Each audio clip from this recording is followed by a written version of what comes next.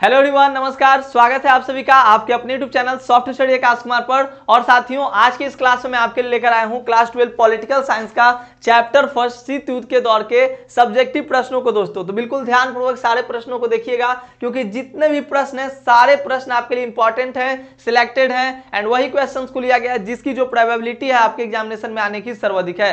तो बिल्कुल ध्यानपूर्वक सभी प्रश्नों को देखिएगा, और अगर आप इन सभी प्रश्नों को देखते हैं तो आपको इस चैप्टर का मतलब समझिए कि पूरा का पूरा कंसेप्ट भी आपको अच्छे से पता चल जाएगा। और मैंने इसके लिए स्पेशल वीडियो भी मतलब चैप्टर फर्स्ट का ऑलरेडी अपलोडेड है, तो अगर आपने अभी तक नहीं देखा है ना तो चैनल के आप प्लेलिस्ट में जाइएगा तो वहां से आपको वीडियो मिल जाएंगे। चलिए फिलहाल हम लोग क्वेश्चन आंसर से शुरू करते हैं, जिसमें देखिए पहला प्रश्न आपके समक्ष है। प्रश्न क्या कहता है दोस्तों कि 1945 से लेकर 1990 के मध्य की किन्हीं चार महत्वपूर्ण राजनीतिक घटनाओं का उल्लेख करना है। देखिए प्रश्न क्या कर रहा है, समझिए प्रश्नों को। पहले देखिए 1945 से लेकर 1990 के बीच आपको पता है ना द्वितीय विश्व युद्ध की शुरुआत कब हुई, 1939 में। एंड कब हुआ, 1945 में।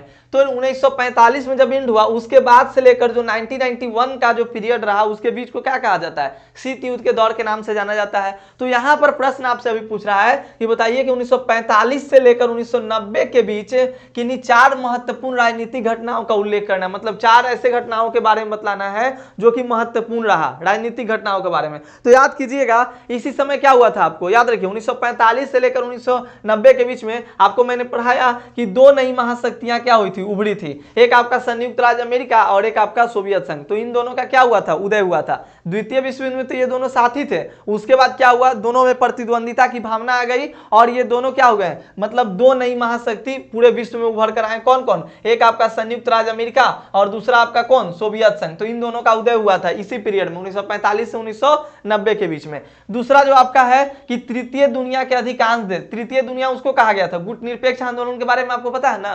तो तृतीय दुनिया गुट निरपेक्ष आंदोलन मतलब गुट निरपेक्षता की नीति में जो देश शामिल थे उनको तृतीय दुनिया मतलब तीसरी दुनिया के नाम से जाना गया। तो बोलता है कि तृतीय दुनिया के अधिकांश देश एशियाई में जैसे जापान को केवल छोड़कर अफ्रीका तथा लैटिन अमेरिका देशों की उपनिवेशवाद तथा साम्राज्यवाद से मुक्ति। मतलब कहा जाता है कि 1945 से 1990 के बीच में बहुत सारे ऐसे देश थे जो कि क्या हुए थे, उपनिवेशवाद से आजाद हुए थे। जैसे कि भारत भी क्या था इसी टाइम पीरियड में। देखिए जीता जागता उदाहरण 1945 से लेकर 1990 में अपना देश कब आजाद हुआ, 1947 को। तो क्या हुआ था उस इसी के बीच में ना आया, तो शीत युद्ध के दरमियान भी अपना देश क्या हुआ था, आजाद हुआ था। तो कहता है कि दूसरी घटना ये घटी, महत्वपूर्ण घटना, कि इसी समय बहुत सारे जो ऐसे देश थे जो कि दूसरे देशों के उपनिवेशवाद थे उनको क्या मिला, आजादी मिला। वो क्या हुए, मुक्त हुए, साम्राज्यवाद से उनको क्या मिली, मुक्ति मिली। तीसरा आपका यहाँ पे बोलता है देखिए संयुक्त राष्ट्र का गठन, संयुक्त राष्ट्र का गठन हुआ था ना, तो संयुक्त राष्ट्र का गठन भी यहाँ पर दे दिया गया है। और शीत युद्ध का प्रारंभ भी इसी टाइम में हुआ था, 1945 से लेकर 1991 के बीच का जो पीरियड था, तो शीत युद्ध का इसमें स्टार्टिंग भी हुआ था। तो चार आपसे पूछा था, चारों के चारों मैंने बड़ा ही सिंपल भाषा में लिखा है। तो पहला याद रखिएगा कि दो नई महाशक्तियों का उदय हुआ, आपका कौन कौन, संयुक्त राज्य अमेरिका, सोवियत संघ का उदय हुआ। तो ये क्लियर हो गया कंसेप्ट। दूसरा आपका संयुक्त राष्ट्र संघ का मतलब क्या हुआ, निर्माण हुआ। तीसरा था कि बहुत सारे देश क्या हुए थे इसी टाइम पीरियड में, उपनिवेशवाद से मुक्ति मिला था। एशिया में जापान को छोड़कर लगभग जितने भी देश थे या यहाँ पे उपनिवेशवाद तथा साम्राज्यवाद से इनको क्या मिली, मुक्ति मिली। शीत युद्ध का प्रारंभ हुआ। नेक्स्ट आप सेकंड नंबर प्रश्न देखिए, क्या प्रश्न आपसे बोला है। सारा प्रश्न आपके लिए वीवीआई है, प्रश्नों को देखिएगा, पूरा चैप्टर का आपको क्या मिल जाएगा, एक कंसेप्ट मिल जाएगा। आप चैप्टर को बड़े ही आसानी से बहुत ही मजेदार तरीके से समझ लेंगे। देखिए शीत युद्ध का अर्थ बताइए, तो पढ़ा रहे थे तो बताए थे, पूरा अच्छे से बताए थे, लेकिन ये भी उस टाइम बोले थे कि आपको क्वेश्चन आंसर में भी आपको क्या करेंगे, इसका आंसर देखने के लिए मिल जाएगा। देखिए यहाँ पे मैंने चार तरह के आंसर आपके लिखे हैं, आप चारों में से किसी का भी दे सकते हैं। कभी कभी क्या होता है ना, ये प्रश्न जो है ना लॉन्ग में पूछ दिया जाता है आपसे, ये शीत युद्ध से आप क्या समझते हैं, तो एक लाइन लिखने से काम थोड़ी चलेगा लॉन्ग में, आपको वहां पे सारे पॉइंट देने पड़ेंगे। देखिए पहला पॉइंट तो यही हो जाता है कि शीत युद्ध जो था ना वो एक तरह से क्या था, देखिए शीत युद्ध का मतलब है कि जब विभिन्न राष्ट्रों के बीच वातावरण उत्तेजित व तनावपूर्ण हो किंतु वास्तविक रूप से कोई युद्ध ना हो, मतलब फिजिकली कोई युद्ध ना हो, भड़वली केवल इसमें युद्ध हो रहा था। मतलब बोल बाल कर एक दूसरे को धमकी देना, एक दूसरे देशों को धमकी देना, अपने आप को महाशक्तिशाली दिखाना, तो ये सारे क्या हो रहे थे, कार्य आपके चल रहे थे। दूसरा है कि इसके अंतर्गत प्रत्येक राष्ट्र अपने आप को शक्तिशाली और दूसरे को कमजोर बनाने के लिए सभी प्रकार के राजनयिक दांव पेच रचते रहता था, मतलब टीवी के माध्यम से, अखबार पत्र के माध्यम से। इसी का तो जीता जागता उदाहरण आपने बहुत सारे टर्म्स में देखा, ये क्यूबा मिसाइल संकट वाला देखा। मतलब एक देश दूसरे देश को क्या करता था, अपना मतलब साम्राज्यवाद की, मतलब हम क्या है, बड़ा है, बड़ियार हैं। जैसे आपने देखा क्या किया था, मतलब क्यूबा में क्या किया गया था, सोवियत संघ के द्वारा मिसाइलें तैनात कर दी गई थी, जिससे कि अमेरिका को भय सताने लगा भाई। तो मतलब अमेरिका को भय सताया ना, तो डर हुआ ना। अब उसको देख के जो पूरे विश्व के और भी देश थे, उन लोगों में भी एक भयभीत। अभी आप देखिए इजराइल में, जो इजराइल और फिलिस्तीन में जो लड़ाई हो रहा है, तो अगर हम लोग उन दोनों के माहौल को ही देखते हैं ना, तो थोड़ा सा अपने आप को आंकड़ा मतलब भांप लेते हैं। तो ये जो दो महाशक्तिशाली थे आपके, संयुक्त राष्ट्र अमेरिका और सोवियत संघ, ये दोनों क्या कर रहे थे, अपने आप को बड़ा दिखाने के लिए वर्चस्व कर रहे थे। देखिए तीसरा पॉइंट है, इसमें दोनों पक्ष परस्पर शांतिकालीन राजनयिक संबंध बनाए रखते हुए भी शत्रुता का भावना रखते थे। मतलब कि किसी तरह से फिजिकली लड़ाई नहीं हो रही थी, न तो बमबारी चल रहा था, नहीं कुछ, लेकिन फिर भी क्या हो रहा था, शत्रुता की भावना दोनों के अंदर क्या था, जुड़ा हुआ था। किसके बीच, तो ये आपके सोवियत संघ और अमेरिका के बीच। देखिए चौथा यहाँ पे है कि शीत युद्ध न होते हुए भी युद्ध जैसी परिस्थितियों को बनाए रखने की एक ऐसी कला है जिसमें प्रत्येक विषय पर गुटीय स्वार्थों को ध्यान में रखकर कार्य किया जाता है। मतलब अपने आप को अपने गुट का स्वार्थ देखकर। और पांचवा है कि शीत युद्ध अस्त्र से लड़ा जाने वाला युद्ध न होकर एक प्रकार का वाक्य युद्ध है। ठीक है, तो ये याद रखिएगा, एक प्रकार का क्या है ये, तो वाक्य युद्ध है शीत युद्ध। तो आपके एग्जाम में ना प्रश्न ऐसे पूछे जाएंगे, बताइए शीत युद्ध से आप क्या समझते हैं, तो उस समय आपको इस तरह से आंसर क्या करना होगा, लिखना होगा। क्लियर, तो भूलिएगा नहीं ना, बड़ा सिंपल भाषा में लिखे हैं, समझ जाइएगा। और पूरा जिनको ज्यादा अच्छे से समझना है तो पूरा एक्सप्लेनेशन पूरा चैप्टर में बहुत अच्छे से पढ़ाए हुए हैं, प्लेलिस्ट में देखिए या डिस्क्रिप्शन बॉक्स में लिंक आपको प्रोवाइड करा देंगे। ठीक है, तो आप वहां से भी देख लीजिएगा सारे प्रश्नों को। चलिए अगला देखिएगा, तीसरा नंबर प्रश्न आपसे पूछा है कि शीत युद्ध के किन्हीं 5 उत्तरदायी कारणों को लिखें। 5 उत्तरदायी कारण लिखना है। Right any 5 factors responsible for the cold war. देखिए पहला तो यही हो जाता है कि देखिए दोनों महाशक्ति में सैद्धांतिक मतभेद था। दूसरा, अमेरिका द्वारा वैज्ञानिक अनुसंधान का भेद सोवियत संघ से गुप्त रखना। मतलब अमेरिका ने परमाणु बम बना लिया था, अब सोवियत संघ को पता नहीं था, जो कि सोवियत संघ, देखिए दूसरा विश्व युद्ध में क्या हुआ था, दूसरा विश्व में सोवियत संघ अमेरिका दोनों साथ में था। लेकिन क्या हुआ कि अमेरिका ने क्या किया, जापान के आपने पता है 2 शहर हिरोशिमा और नागासाकी पे बम पटका। तो इसके बारे में ना, मतलब परमाणु बम पटका, तो इसके बारे में सोवियत संघ को नहीं पता था कि अमेरिका के पास क्या परमाणु बम है। लेकिन फ्रांस और ब्रिटेन को पता था, बट सोवियत संघ को पता नहीं था। तो सोवियत संघ को पता नहीं होने के कारण क्या हुआ, यह वैज्ञानिक अनुसंधान का भेद भी सोवियत संघ से गुप्त रखा। इसलिए इन दोनों में क्या हो, धीरे धीरे मतभेद होने लगा, युद्धकालीन निर्णयों का अतिक्रमण होने लगा। सोवियत संघ द्वारा ईरान से अपनी सेनाएं हटाने से इनकार, और सोवियत संघ में क्या किया था कि अमेरिका ने बोला था कि ईरान से अपनी सेना हटा लीजिए, लेकिन सोवियत संघ हटाया नहीं था। तो सोवियत संघ में मतलब अमेरिका को भी मतभेद हो गया, इधर सोवियत संघ को भी मतभेद हो गया। फिर देखिए सुरक्षा परिषद में सोवियत संघ द्वारा निषेधाधिकार का सर्वाधिक बार प्रयोग किया गया। देखिए सुरक्षा परिषद जो संयुक्त राष्ट्र संघ का एक अंग है, तो इसमें क्या किया गया, इसमें देखिए बहुत बार प्रश्न आपसे पूछता है कि सुरक्षा परिषद में सदस्यों की संख्या कितनी है, तो टोटल 15 है और अस्थायी सदस्य 5 है, अस्थायी सदस्य आपके 10 है। वही अस्थायी सदस्य में आपका क्या आता है, रूस भी आ जाता है। तो ये सब ने क्या किया था, सर्वाधिक बार निषेधाधिकार का प्रयोग किया था। निषेधाधिकार मतलब वीटो पावर, ये जो 5 अस्थायी देश है ना, इनके पास वीटो पावर रहता है। अब वीटो पावर मतलब कोई भी निर्णय है ना, उसमें वो क्या कर सकता है, रोक लगा सकता है। तो सबसे ज्यादा निषेधाधिकार का प्रयोग किया गया था सोवियत संघ के द्वारा। इसलिए भी अमेरिका और सोवियत संघ के बीच में क्या हुआ था, मतलब प्रतिद्वंदिता की भावना उत्पन्न हो गई और एक शीत युद्ध का क्या बना, कारण बन गया। क्लियर कंसेप्ट, समझ में आया सभी को। चलिए अगला देखिएगा, चौथा नंबर कि क्यूबा के मिसाइल संकट से आप क्या समझते हैं। तो इसको तो मैप के जरिए आपको बहुत अच्छे से समझाते हैं, नहीं समझ में आता देखिए फिर से समझ लीजिए। देखिए यहाँ पर आप देख रहे हैं, देखिए ध्यान पूर्वक आप यहाँ पे थोड़ा समझने का प्रयास कीजिए। तो देखिए ये आप अमेरिका देख रहे हैं, यूनाइटेड स्टेट ऑफ अमेरिका, इसी के जस्ट बगल में यहाँ पर क्या है, क्यूबा है। तो हुआ क्या था ना कि इस पे क्यूबा पर, मतलब क्यूबा जो ये देश है, यहाँ पर जितना भी शासन प्रशासन चलता था वो सब किसका चलता था, ई सब का चलता था, सोवियत संघ वाले का। ठीक है, तो सोवियत संघ वाले का चलता था, ये जो सोवियत संघ है तो ये सब का चलता था। तो वही सब ना क्षेत्र है, तो वित्तीय सहायता इसको देता था। क्या किया ना कि 1962 में यहाँ की जो मतलब सोवियत संघ की जो थी निकिता क्रुश्चेव जी, इन्होंने क्या किया कि यहाँ पर मिसाइलें तैनात कर। जब यहाँ पर मिसाइल तैनात हुआ ना, तो ये अमेरिका के लिए, अमेरिका को लगा कि अब क्या होगा, अब तो ये सब हमको बर्बाद कर देगा। तो अमेरिका का इससे भी क्या हो गया था, मतभेद हुआ था। तो यहाँ पर देखिए मैटर प्रश्न आपसे पूछा है कि क्यूबा के मिसाइल संकट से आप क्या समझते हैं। तो यही हुआ था कहानी। क्या किया था, सोवियत संघ ने क्यूबा में मिसाइलें तैनात कर दी थी और इससे अमेरिका को डर सताने लगा था कि अब हमें क्या होगा, हम लोगों को प्रॉब्लम आएगा। मतलब हम अमेरिका का पूरा लगभग क्षेत्र, क्यूबा चूंकि अमेरिका से सटा हुआ है ना, तो इसीलिए क्लियर। और उससे पहले सोवियत संघ को भी डर सता रहा था। देखिएगा क्यूबा अमेरिका के तट से लगा हुआ एक छोटा सा द्वीपीय देश है। क्यूबा का गठजोड़ सोवियत संघ से था और सोवियत संघ से उसे कूटनीतिक तथा वित्तीय सहायता मिलता था। देखिए यहाँ पे अमेरिका मान लीजिए और यहाँ पे क्यूबा, तो क्यूबा को अमेरिका जो था ना वो क्यूबा को क्या करता, क्यूबा इसके बगल में था और यहाँ पर इसका सारा वित्तीय सहायता कौन देता था, तो सोवियत संघ वित्तीय सहायता देता था। 1961 की अप्रैल में सोवियत संघ के नेताओं को यह चिंता सता रही थी कि अमेरिका साम्यवादियों द्वारा शासित क्यूबा पर आक्रमण कर देगा और इस देश के राष्ट्रपति फिदेल कास्ट्रो का तख्ता पलट हो जाएगा। मतलब क्यूबा के राष्ट्रपति उस समय कौन थे, फिदेल कास्ट्रो। तो ये सोवियत संघ को डर सताने लगा था कि भाई अमेरिका के बगल में है क्यूबा, तो हो सकता है कि क्या करेगा, अमेरिका हमला कर देगा क्यूबा पर, तो अमेरिका हमला कर देगा क्यूबा पर तो दिक्कत है ना, फिदेल कास्ट्रो का तख्ता पलट हो जाएगा। तो सोवियत संघ की एक नेता निकिता क्रुश्चेव है, उन्होंने 1962 में क्या किया, परमाणु बम और मिसाइलें क्या कर दी, क्यूबा में तैनात कर दी। तो जिससे कि अब अमेरिका को डर सताने लगा, भाई अमेरिका पूरा रडार में आ गया ना, अब सोवियत संघ के पूरा रडार में आ गया, क्योंकि सोवियत क्यूबा पर तो सोवियत संघ का राज है, सोवियत संघ उसको सारा चीज कर रहा है, सारा हेल्प सोवियत संघ कर रहा है, तो जो कहेगा वो मानेगा।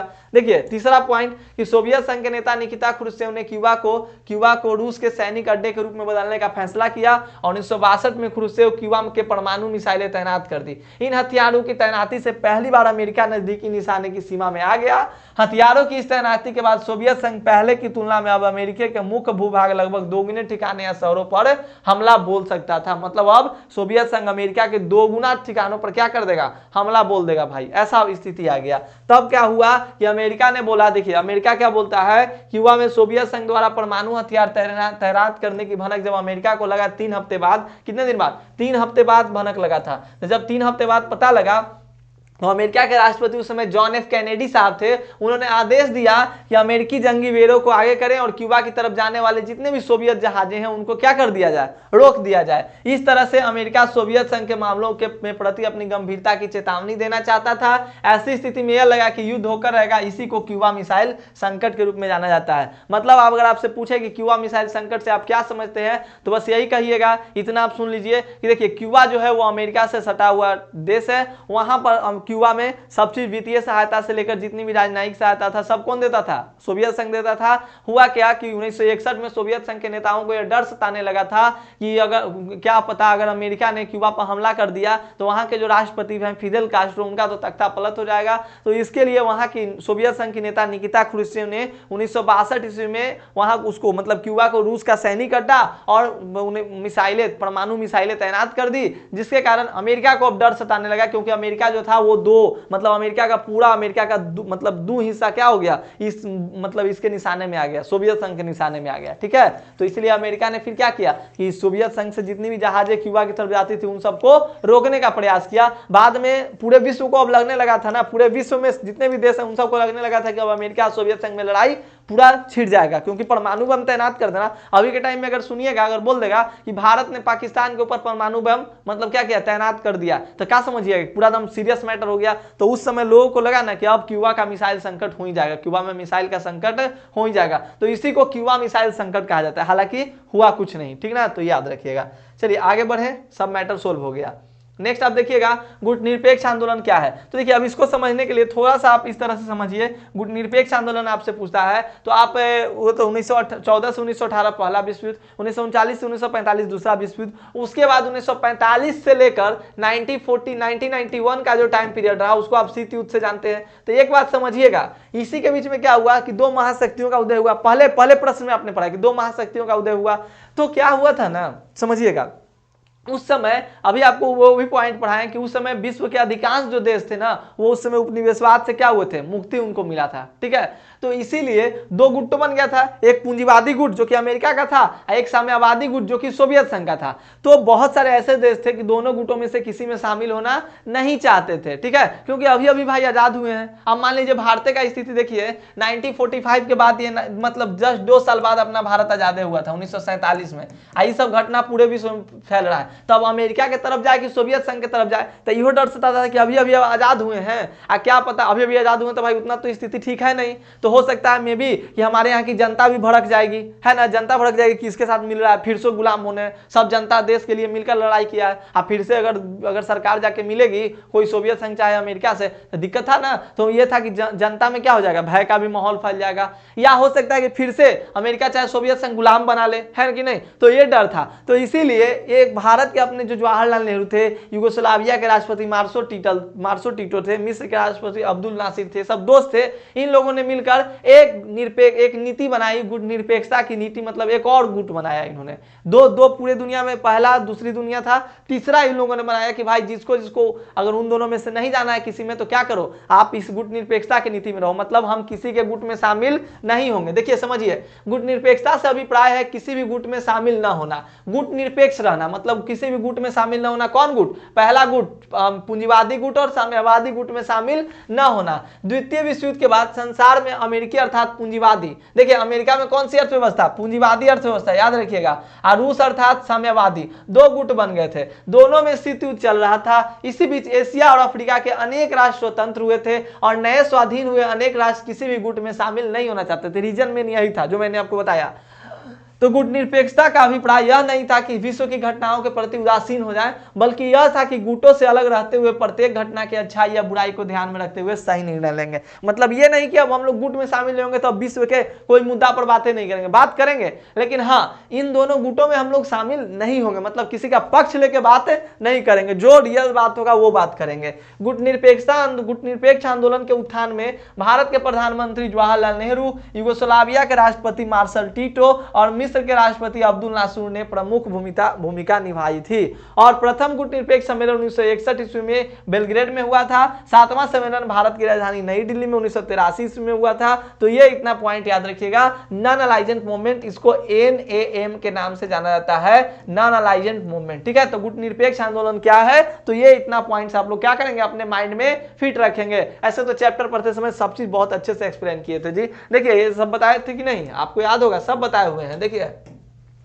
ये जोसेफ ब्रॉज टीटो है, कहाँ के? यूगोस्लाविया के। जवाहरलाल नेहरू भारत के। गमाल अब्दुल नासिर ये कहाँ के थे? ये मिस्र के। सुकर्णो साहब कहाँ के? इंडोनेशिया के। और बामो इनक्रुमा साहब कहाँ के थे? घाना के। तो इन दोनों ने क्या किया था, इस गुट निरपेक्षता नीति की सराहना की थी और ये तीनों जो थे वो आपस में दोस्त थे, तो याद रखिएगा। चलिए देखिए 6 नंबर प्रश्न आपसे पूछा है, ये भी गुट निरपेक्षता से जुड़ा हुआ सवाल है। देखिए सवाल क्या कहता है दोस्त, कहता है कि भारत ने गुट निरपेक्षता की नीति क्यों अपनाई? तो रीजन तो यही था ना, भारत को गुट निरपेक्षता की नीति क्यों अपनाना पड़ा? क्योंकि भारत नहीं चाहता था कि इन दोनों गुटों में जाकर शामिल हो। भारत नया नया आजाद हुआ था और अपनी आजादी को फिर से मिटाना नहीं चाहता था, इसीलिए। और हमारे यहाँ उतने संसाधन थे जिससे कि हम अपनी स्थिति को मजबूत बना सकें। तो अगर दूसरे देशों में हम लोग हस्तक्षेप ना करें तो अपने आप को अच्छा हम लोग कर सकते थे, इसीलिए। तो देखिएगा 15 अगस्त 1947 ईस्वी को स्वतंत्रता के बाद भारत ने गुट निरपेक्षता की नीति को अपनाया। भारत द्वारा इस नीति को अपनाने के मुख्य कारण निम्नलिखित हैं। कौन कौन? पहला, कि भारत में अपने को गुट संघर्ष में सम्मिलित करने की अपेक्षा देश की आर्थिक, सामाजिक तथा राजनीतिक प्रगति की ओर ध्यान देने में अधिक लाभ समझा, क्योंकि हमारे सामने अपनी प्रगति अधिक आवश्यक है ना। अब हमारे सामने अपनी प्रगति अधिक आवश्यक है, मतलब दूसरे देशों के बारे में क्या सोचना, पहले अपनी स्थिति तो सुधारो यार, तब ना हम किसी और का स्थिति सुधार सकते हैं। फिर क्या हुआ कि सरकार द्वारा किसी भी गुट के साथ मिलने से यहाँ की जनता में भी विभाजनकारी प्रवृत्ति उत्पन्न होने का भय था और उससे राष्ट्रीय एकता को धक्का लगता। मतलब अगर, हाँ वही अभी बताए थे आपको, उसी समय आजाद हुआ था तो जनता में क्या था, यह भय था, विभाजनकारी प्रवृत्ति उत्पन्न होना था और भय था राष्ट्रीय एकता को, इससे हम लोग का धक्का भी लग जाता। ठीक है, देखिएगा यहाँ पे तीसरा, कि किसी भी गुट के साथ मिलने और उसका पिछलग्गू बनने से राष्ट्र की स्वतंत्रता कुछ अंश तक अवश्य प्रभावित होती है ना। किसी भी गुट में शामिल हो जाएगा तो भाई जो कहेगा वो तो थोड़ा सा आपको मानना पड़ेगा ना, मानना पड़ेगा करेगा। उसका गैंग में आप शामिल होंगे तो मानना नहीं पड़ेगा, मानना पड़ेगा। भारत स्वयं एक महान देश है और इसे अपने क्षेत्र में अपनी स्थिति को महत्वपूर्ण बनाने के लिए किसी बाहरी शक्ति की आवश्यकता नहीं थी। तो भारत ने गुट निरपेक्षता नीति क्यों अपनाया? क्योंकि भारत हाल ही फिलहाल में आजाद हुआ था भाई। अगर ऐसे में अगर वो गुट निरपेक्षता नीति को नहीं अपनाता तो उसे किसी न किसी गुट में शामिल होना पड़ता और जब किसी गुट में शामिल होता तो इसकी स्वतंत्रता पर कहीं ना कहीं आंच आ जाती। यह भी हो सकता था कि यहाँ की जो जनता है उसमें क्या होता, फिर से गुलाम होने की टेंशन जो है, गुलाम होने का जो मानसिकता है वो आ जाता कि कहीं फिर से हम लोग ना गुलाम हो जाए। और हम लोग का जरूरत था कि हम लोग अपनी आर्थिक, अपनी राजनीतिक और अपनी जो मतलब जितनी भी विकास की चीजें हैं उस पर हम लोग को ध्यान देना था, सामाजिक चीजों पे, आर्थिक चीजों पे, राजनीतिक चीजों पे। इसीलिए भारत ने गुट निरपेक्षता की नीति को अपनाया। तो पूछेगा कि why has India adopted the policy of non alignment, तो इसका सीधा जवाब आप लोग ये दीजिएगा। क्लियर? इसका पीडीएफ टेलीग्राम पे आपको मिल जाएगा। क्लियर ना? तो टेलीग्राम पे आपको पीडीएफ मिल जाएगा। देखिएगा 7वां नंबर, गुट निरपेक्ष आंदोलन के आरंभ में लक्ष्य, उद्देश्यों एवं उपलब्धियों का विवरण दीजिए। बस वही सवाल है, मतलब गुटनिरपेक्ष आंदोलन का आरंभ कैसे हुआ, इसका क्या लक्ष्य था और क्या इसके उद्देश्य हुए। ठीक है, लक्ष्य या उद्देश्य। तो देखिए आरंभ कब हुआ, तो आरंभ आपको सब पता है कि आरंभ कौन कौन किए, राष्ट्रपति मार्शल टीटो, जवाहरलाल नेहरू, अब्दुल नासिर, ये सब मिलकर किए। पहला इसका बेलग्रेड में इसका 1961 में पहला सम्मेलन हुआ।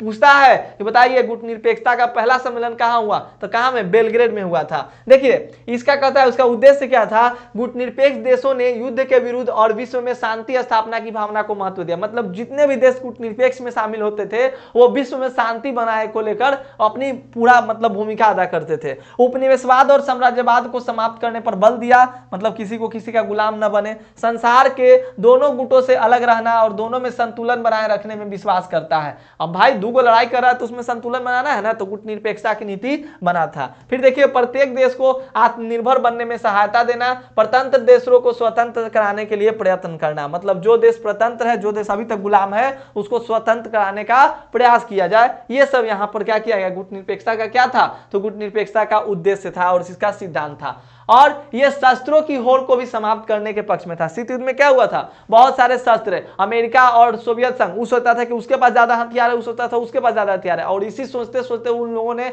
अपने पास इतने हथियार बना लिए कि लास्ट में फिर उस पर कंट्रोल करना बहुत जरूरी था। नहीं तो वो चाहते तो फिर दुनिया के कोई देशों को विनाश कर सकते, इतना हथियार बना लगा तो क्या करेगा, है ना। तो इसको भी रोकना था। गुटनिरपेक्ष आंदोलन समानता के सिद्धांत में विश्वास करता है, यह नस्ली भेदभाव की निंदा करता है। ठीक है, गुटनिरपेक्ष देश समस्याओं का निपटारा युद्ध द्वारा नहीं बल्कि शांतिपूर्वक तथा आपसी बातचीत के ढंग से निपटाने के पक्ष में वह आपस में मेल मिलाप तथा अस्तित्व की भावना में विश्वास करता है। ये सारे नियम थे गुटनिरपेक्षता नीति का। गुटनिरपेक्ष देश किसी भी प्रकार के सैनिकों को घोर विरोधी है, मतलब किसी भी प्रकार के सैनिकों की घोर विरोधी है। वह मानवीय आधारों का सम्मान करता है। गुटनिरपेक्ष आंदोलन विभिन्न राष्ट्रों के बीच समानता के अधिकार पर शोषण मुक्त आर्थिक संबंध स्थापित करना चाहता है। ठीक है, तो ये आप लोग पॉइंट ध्यान में रखेंगे। अगला देखिएगा उपलब्धियां। तो उपलब्धियां क्या क्या था, महाशक्तियों में तनाव की कमी आई ना, महाशक्तियों में तनाव की कमी। ये दो मतलब गुटनिरपेक्ष देशों ने क्या किया, दोनों महाशक्तियों के बीच में क्या किया, तनाव में कमी लाने का प्रयास किया। और किसी भी महाशक्ति में शामिल न होकर बेहतर दुनिया के निर्माण की नीति अपनाई गई। उन्होंने ऐसी सद्भावना की नीति अपनाई कि दोनों महाशक्तियां एक दूसरे के निकट आ गई और उनमें तनाव की कमी आई। स्वतंत्रता की लहर, वेव ऑफ फ्रीडम, पराधीन राष्ट्रों की स्वाधीनता के लिए गुटनिरपेक्ष देशों ने साम्राज्यवादी शक्तियों पर नैतिक दबाव डाला। परिणाम स्वरूप आज लगभग सारा विश्व स्वतंत्र है। निशस्त्रीकरण, इन देशों ने शस्त्रों की होड़ के विरुद्ध एक आंदोलन छेड़ा। परिणाम स्वरूप महाशक्तियों ने शस्त्रों पर प्रतिबंध लगाने के लिए अनेक प्रस्तावों पर हस्ताक्षर किए। ठीक है, मतलब इन सब ने क्या किया, अनेक ऐसे ऐसे नियम लाए, अनेक ऐसे ऐसे मतलब क्या किया, संधि किया, जिस पर क्या हुआ, दोनों देशों से भी सहमति ले लिया। वो जो महाशक्ति था कि अब भाई अस्त्र नियंत्रण संधि बना पूरे विश्व के लिए, तो पूरे विश्व आप लोग भी शामिल कीजिएगा ना जी, आप लोग भी साइन कीजिएगा ना, तो साइन कर देते। तो अब आपको भी अस्त्र बनाना नहीं है, तो याद रखिएगा। शीत युद्ध का अंत, end of the cold war. गुटनिरपेक्ष देशों के फलस्वरूप ही शीत युद्ध समाप्त हो गया। सच तो यह है कि गुटनिरपेक्ष देशों ने विश्व युद्धों के विरुद्ध और शांति के पक्ष में आवाज उठाई। इस प्रकार गुटनिरपेक्ष आंदोलन ने आदर्श विश्व बनाने में अथाह योगदान दिया, जो एक वरदान साबित हुआ। और यह भी जान लीजिए, अगर गुटनिरपेक्ष नहीं बनता ना, तो हो सकता है कि फिर वो तीसरा विश्व युद्ध भी शुरू हो जाता। ठीक है, तो ये ध्यान रखिएगा। हालांकि परमाणु बम था, जिसके कारण तीसरा विश्व युद्ध नहीं शुरू हुआ। दोनों देशों के पास परमाणु बम है, तो दोनों को डर था ना कि अगर हम परमाणु बम का यूज करेंगे तो वो भी परमाणु बम का यूज कर देगा। तो इस डर के कारण भी शीत युद्ध का आपका मतलब ये तीसरा विश्व युद्ध नहीं हो सका। समझ में आ रहा है सभी को। देखिए शीत युद्ध काल में दोनों महाशक्तियों ने एक तरफ तो हथियार की होड़ की, दूसरी तरफ हथियार सीमित करने के लिए संधियां क्यों की, क्योंकि देखिए भाई अगर ज्यादा हथियार कह रहा है कि एक तरफ तो हथियार बना रहा था, दोनों को भय लग रहा था कि कहीं सोवियत संघ के पास ज्यादा ना हो जाए। तो अमेरिका को लगता था कि सोवियत संघ के पास ज्यादा ना हो जाए, सोवियत संघ को लगता था कि अमेरिका के पास ज्यादा ना हो जाए। तो देखिए कह रहा है कि हथियारों की होड़ क्यों शुरू हुई, अपना वर्चस्व स्थापित करने के लिए। अति उत्तम तकनीक के हथियार बनाने लगे लोग, ज्यादा ताकत के परमाणु बम बनाने लगे। नियंत्रण क्यों किए, क्योंकि दोनों को ही अपने को नष्ट होने का भय सताने लगा। और फिर मतलब दोनों लोग बना रहे थे ना, हथियार निर्माण के धन को बचाना और शस्त्र परिसीमन संधियां, जो कि संधियां हुई, इससे भी क्या हुआ, तो हथियार पे संधियां पे नियंत्रण होने लगा संधि कर करके। अगला देखिएगा, शीत युद्ध की समाप्ति के बाद क्या गुटनिरपेक्षता की नीति प्रासंगिक अथवा उपयोगी है। करा कि अब अब तो भैया शीत युद्ध का समाप्त हो गया। तो बताइए कि गुट निरपेक्षता की नीति अब के लिए सही है कि गलत है? तो अभी के लिए भी सही है, क्योंकि अभी भी अगर देश में ऐसे माहौल होते हैं तो उसमें काम करता है। तथा गुट निरपेक्षता जो नीति है वो जो देश मतलब कमजोर रहता है, आर्थिक रूप से कमजोर, उनको मदद भी पहुंचाता है जो भी देश है। तो देखिए कुछ नियम है, पढ़ते हैं। देखिए विकासशील की नीति की प्रासंगिकता और NIO नेशनल जो आपका इंटरनेशनल जो होता है वो वाला इकोनॉमिकल ऑर्डर वाला जो है तो उसको भी लागू करना होता है। अंतरराष्ट्रीय क्षेत्र में अपनी पहचान तथा अस्तित्व बनाना, अंतरराष्ट्रीय संगठनों में विकसित देशों के वर्चस्व को चुनौती देना, गरीब देशों के आर्थिक शोषण के विरुद्ध एकजुटता करना, विश्व शांति तथा निशस्त्रीकरण पे क्या करना, लागू करना। अगला देखिएगा, शीत युद्ध के तनाव को कम करने में भारत ने क्या भूमिका निभाई थी? तो वही भूमिका गुट निरपेक्षता की जो भूमिका थी वही शीत युद्ध को तनाव में कम करने में भूमिका था। गुट निरपेक्ष आंदोलन का नेतृत्व करना, सैन्य गुटों में शामिल नहीं होना, वैश्विक समस्याओं पर स्वतंत्र विचार रखना, क्षेत्रीय संगठन का निर्माण करना, महाशक्तियों से मित्रतापूर्ण संबंध रखना, अंतरराष्ट्रीय संगठन को मजबूत करने में सहायता देना। अगला देखिएगा, शीत युद्ध के क्या क्या परिणाम है उनका वर्णन करना है। तो परिणाम यही हुआ कि दो ध्रुवीयता विश्व का उदय हो गया और सैन्य संधियों का गठन हुआ, गुट निरपेक्ष आंदोलन का उदय हुआ, हथियारों की होड़ शुरू हो गई, महाशक्तियों की होड़ से वैज्ञानिक एवं तकनीकी क्षेत्रों में प्रतियोगिता बढ़ने लगी। ठीक है, तो ये सब शीत युद्ध के क्या है, परिणाम है। नहीं, हथियारों की होड़ तो शुरू हो ही गई, सैन्य संधियां नहीं हुई थी। आपका नाटो बना 1949 में, इसको चुनौती देने के लिए 1955 में आपका वर्षा संधि सोवियत संघ ने बना दिया, अमेरिका ने नाटो बना दिया। ठीक है, तो ये सब आप लोग अपने माइंड में सेट रखेंगे। हालांकि ज्यादा मुझे समझाना नहीं पड़ रहा है, मुझे थोड़ा मतलब आराम फील हो रहा है। क्यों? क्योंकि ऑलरेडी चैप्टर में सब चीज समझाए हुए हैं। तो अगर चैप्टर नहीं देखे ना भाई तो फिर से बोल दे रहे हैं, चैप्टर जरूर देखिए, बेहद बहुत अच्छे से चैप्टर पढ़ाए जी, सब चीज समझ में आएगा। अगला देखिएगा 12 नंबर कि भारत सोवियत संधि 1971 पर टिप्पणी लिखना है। देखिए भारत और सोवियत संधि क्या हुआ था। अब देखिए यहाँ पर थोड़ा सा एक ट्विस्ट था कि भारत ने तो गुट निरपेक्षता की नीति अपना ली थी, लेकिन भारत ऐसे मौके की तलाश में रहता था, मतलब सोचा था उस समय भारत आजाद हुआ था, तो मैटर ये था कि अगर दबाव कहीं से बने ना, अमेरिका अगर दबाव बनाएगा तो सोवियत संघ में जाके शामिल हो जाएंगे, और सोवियत संघ दबाव बनाएगा तो अमेरिका में जाके शामिल हो जाएंगे। ऐसा भारत स्थिति पैदा किया था। मतलब कहा जाता है ना, वो हिंदी में कहावत है कि दुल्हों के चाची दुल्हनों के चाची, तो वही यहाँ पे मतलब सिचुएशन था कि जिधर से हमको ज्यादा दबाव मिलेगा तो दूसरा गुट में जाके शामिल हो जाएंगे। तो भारत गुट निरपेक्षता की नीति के साथ साथ अंदर ये सब किए हुए था, इसीलिए इसके पूरे विश्व में आलोचना भी होने लगी थी। देखिए, और भारत वही किया, गुट निरपेक्षता में रहते हुए भी 1971 में जाके सोवियत संघ से हाथ मिला लिया। तब ना भारत और रूस का जो है संबंध आज भी देखते हैं अमेरिका से कहीं ज्यादा अच्छा है कि नहीं। तो यहां देखिएगा, अमेरिका के चीन तथा पाकिस्तान के साथ तथा पाकिस्तान के चीन तथा अमेरिका से सैनिक सहायता प्राप्त करने की स्थिति को देखते हुए 1971 में भारत का पाकिस्तान के साथ बांग्लादेश संकट के कारण होने वाले संघर्ष के परिणाम स्वरूप अगस्त 1971 में भारत और सोवियत संघ के बीच मैत्री और सहयोग की संधि हुई। यह संधि भारत द्वारा प्रथम बार किसी महाशक्ति के साथ की गई राजनीतिक संधि थी। कुछ विशेषज्ञों द्वारा इस संधि को भारत की गुट निरपेक्षता आंदोलन से विचलन, डेविएशन कहा गया। मतलब कि भारत जो है गुट निरपेक्ष आंदोलन से डेविएट कर गया, अब मतलब अलग हो गया। कहने का मतलब ये लोगों का सोचना हो गया, पूरे विश्व में सबके मन में ये बात आ गया कि भारत जब जाके सोवियत संघ के साथ मैत्री संधि पर हस्ताक्षर कर लिया, इट मींस दैट कि भारत जो है गुट निरपेक्षता की नीति को अब नहीं मान रहा है। वो क्या किया, किसी गुट में जाकर शामिल हो गया। ठीक है, लेकिन भारत ने मैत्री संबंध क्यों स्थापित किया था? बांग्लादेश को आजाद करने के लिए, पाकिस्तान से बांग्लादेश को आजाद करने के लिए भारत को सैन्य मतलब सैनिक की जरूरत थी, अस्त्र शस्त्र का जरूरत था, इसीलिए कहा था। अंतरराष्ट्रीय राजनीति में यह भारत और सोवियत संघ के पारस्परिक लाभ और समान उद्देश्यों से प्रेरित थी। ठीक है, अगला देखिएगा 19 नंबर, इस संधि का 1991 में पुनः नवीनीकरण किया गया और सोवियत संघ में बिखराव के बाद यह संधि भारत और रूस के मध्य बरकरार है। इसी संधि के संदर्भ में दोनों देशों ने एक दूसरे को राष्ट्रीय स्वतंत्रता, उपनिवेशवाद के विरुद्ध संघर्ष, जातीय और नस्लीय भेदभाव के विरुद्ध संघर्ष, पराधीन देशों को स्वतंत्रता संघर्ष में साथ देने आदि के सिद्धांतों पालन करने का वचन दिया तथा दोनों में से किसी एक देश पर बाह्य आक्रमण परिस्थिति में दोनों देश मिलकर उसका मुकाबला करेंगे। देखिए, भारत और रूस में यह संधि, भारत और रूस में हस्ताक्षर, सोवियत संघ का विघटन हो गया, लेकिन जैसे सोवियत संघ का विघटन हुआ तो उसका जो सबसे बड़ा देश रूस रहा, तो रूस ने बोला कि नहीं, हम लोग जो हस्ताक्षर हुआ है वो रहेगा, भारत और रूस का जो मैत्री संबंध है वो रहेगा, हम लोग एक दूसरे के साथ मिलकर रहेंगे। और आज भी भारत और रूस का क्या है, मैत्री संबंध है। रूस ने अब देखिए, रूस यूक्रेन पे इतना हमला किया, भारत कभी रूस की आलोचना किया भारत ने? नहीं, क्योंकि भारत और रूस में क्या है, मित्रता है। और कहा जाता है ना, मित्र अगर अपना मित्र अगर कुछ बुरा काम भी करता है तो उसको अकेले में आप समझा लीजिए, लेकिन सबके सामने उसकी बेइज्जती नहीं करनी चाहिए, है ना, क्योंकि कितना भी है तो वो अपना मित्र है। तो इसी तरह से रूस जो है ना वो भारत का क्या है, मित्र है। अमेरिका अभी भारत का मित्र नहीं है, रूस जो है ना वो भारत का मित्र है। कब से, 1971 में। जो पुराने टाइम में भाई जो सहायता प्रदान किया उसका लोग भूल सकते हैं वचन, नहीं ना, उसका काम भूल सकते हैं आप, नहीं भूल सकते हैं और भूलना भी नहीं चाहिए। अगला देखिएगा, नव अंतरराष्ट्रीय अर्थव्यवस्था पर एक लेख लिखे। देखिए न्यू इंटरनेशनल इकोनॉमिक ऑर्डर इसलिए चालू हुआ था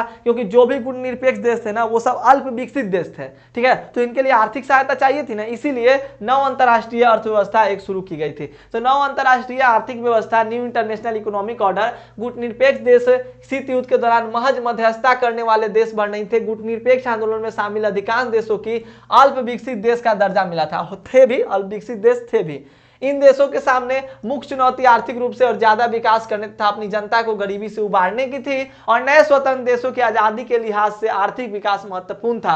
बगैर टिकाऊ विकास के कोई देश सही मायनों में आजाद नहीं रह सकता, उसे धनी देशों पर निर्भर रहना पड़ता। इससे वह उपनिवेशक देश भी हो सकता था जिससे राजनीतिक आजादी हासिल की गई थी वो खत्म भी हो सकता है। इसी समझ से नव अंतरराष्ट्रीय आर्थिक व्यवस्था की धारणा का जन्म हुआ। 1972 में संयुक्त राष्ट्र संघ के व्यापार और विकास में संबंधित सम्मेलन United Nation Conference on Trade and Development UNCTAD में towards a new trade policy for development शीर्षक से एक रिपोर्ट प्रस्तुत की गई। मतलब कि जो भी गुटनिरपेक्ष देश थे उनको क्या करना, आर्थिक सहायता के लिए ये नई अंतरराष्ट्रीय अर्थव्यवस्था नीति की घोषणा की गई थी। इस रिपोर्ट में वैश्विक व्यापार प्रणाली में सुधार का प्रस्ताव किया गया था और इस रिपोर्ट में कहा गया था कि सुधारों से अल्प विकसित देशों को अपने प्राकृतिक संसाधनों पर नियंत्रण प्राप्त करना होगा जिनका दोहन पश्चिम के विकसित देश करते हैं। मतलब जो अमेरिका तरफ के देश है ना वो सब जिस संसाधन का अति दोहन करते हैं, मतलब ज्यादा यूज करते हैं, आप उसको क्या कीजिए, एकत्रित करके रखिए। जब आप उसको एकत्रित करके रखेंगे आपके पास ज्यादा रहेगा तो वो पश्चिमी देश आपसे क्या करेगा, संपर्क साधेगा। किस लिए,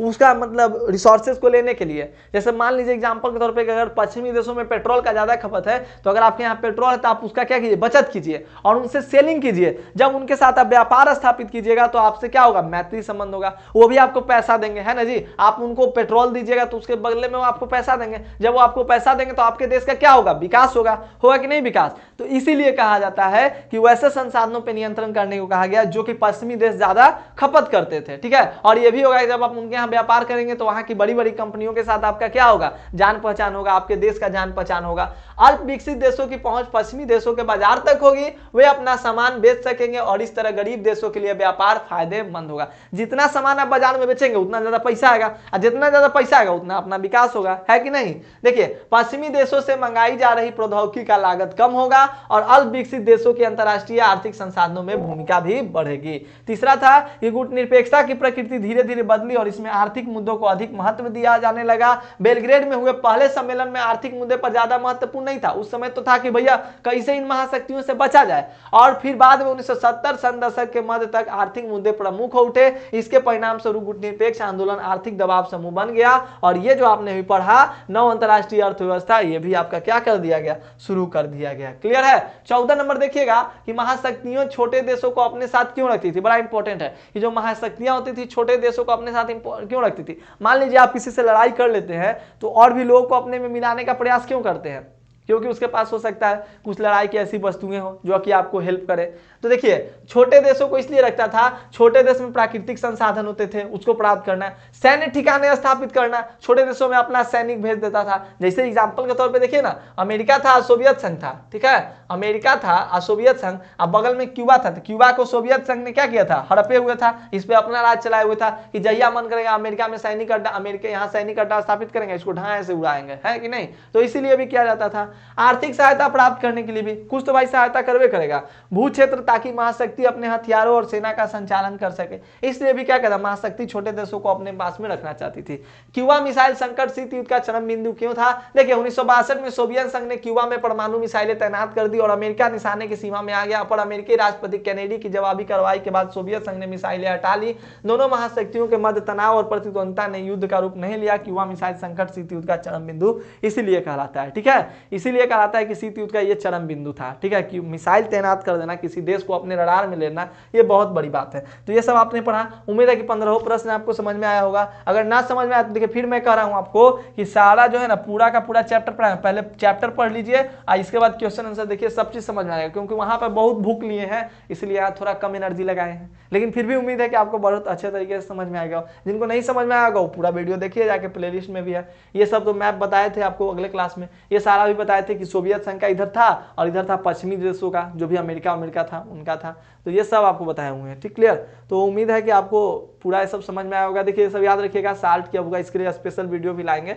नाटो की स्थापना कब हुई, सीटो की स्थापना कब हुई, सेंटो की स्थापना कब हुई, तो ये सब आप लोग अपने माइंड में रखिएगा। वर्षा पैक्ट कब बना, तो ये सब पूरा का पूरा जितना भी प्रश्न है ना, इसको आप अपने माइंड में क्या करेंगे, सेट करके रखे हुए रहेंगे, क्योंकि ये सब आपके लिए क्या है, तो अत्यंत इंपॉर्टेंट है। तो उम्मीद है कि आपको पूरे सारे प्रश्न समझ में आए होंगे दोस्तों। अगर सारा प्रश्न समझ में आया तो वीडियो को एक लाइक जरूर कीजिएगा और इस वीडियो को अपने दोस्तों के साथ शेयर जरूर कीजिएगा और जितने भी आपके मित्र बंधु हैं सबको जोड़ने का प्रयास कीजिएगा।